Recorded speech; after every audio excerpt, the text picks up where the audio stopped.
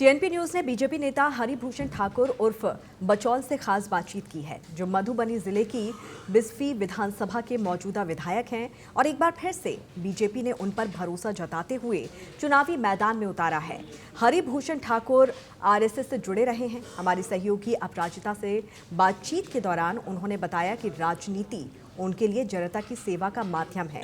इसके साथ ही उन्होंने और क्या कुछ कहा है, आपको सुनवाते हैं। इस वक्त हमारी मौजूदगी है मधुबनी जिले के बिस्फी विधानसभा में, जहां के अभी मौजूदा विधायक हरिभूषण ठाकुर जी बचौल जी मौजूद है हमारे बीच में।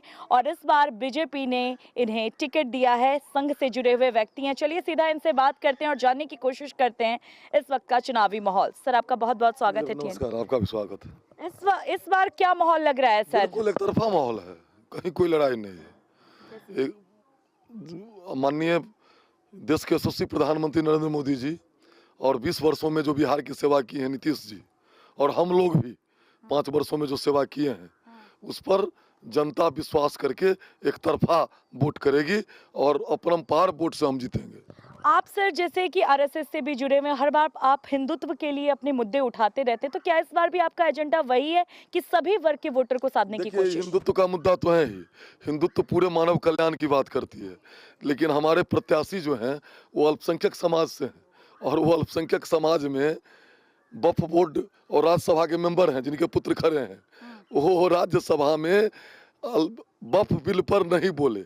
3.5 साल से वो राज्यसभा में है, नहीं बोले। वो अपने कारोबार के लिए बोलते हैं। तो इस बार बड़ी संख्या में मुस्लिम बंधु भी मेरे साथ हैं। अगर हम बिहार की बात करें तो नीतीश कुमार जी की बात करें तो नीतीश कुमार जी और मोदी जी के रिश्ते पे बार बार सवाल उठता है कि नीतीश जी कभी भी पलट जाते हैं। क्या लगता है आपको, नीतीश जी के कार्यकाल को कैसे देखते हैं? निश्चित रूप से बिहार के नवनिर्माण में नीतीश जी का जो योगदान है वो अतुलनीय है। बिहार के वो विश्वकर्मा है। जिस तरह से बिहार के ग्रामीण क्षेत्रों को सड़क, बिजली, पानी, स्वास्थ्य उन्होंने किया है, बच्चों को पढ़ाई लिखाई, ड्रेस, साइकिल, ये सब कहने की बात नहीं है। अगर आपसे बात करें सर, तो आपको लगता है मोदी फैक्टर ही काम करेगा? क्योंकि देख रहे हैं लगातार मोदी जी, अमित शाह जो हैं रैली पे रैली निकाल रहे हैं, तो क्या मोदी फैक्टर ही काम करेगा या फिर विधानसभा के नेता भी कर रहे हैं? निश्चित रूप से मोदी फैक्टर और नीतीश फैक्टर है, और मोदी नीतीश जी का जिसके सर पर हाथ है उसका बेड़ा पार है। चलिए आखिरी सवाल होगा आपसे, अगर आपके बिस्फी की बात करें तो अभी यहाँ पर और कौन सी समस्या ऐसी बनी हुई है जिस पर आप सबसे पहले जीत कर काम करना चाहेंगे? एक है यहाँ जो डिग्री कॉलेज नहीं है। डिग्री कॉलेज नहीं होगा तो मैं अपना जमीन दे करके भी यहाँ डिग्री कॉलेज बनवाऊंगा, और शिक्षा का हब यहाँ बनाएंगे। चलिए सर, आपका बहुत बहुत धन्यवाद, आप हमारे साथ जुड़े।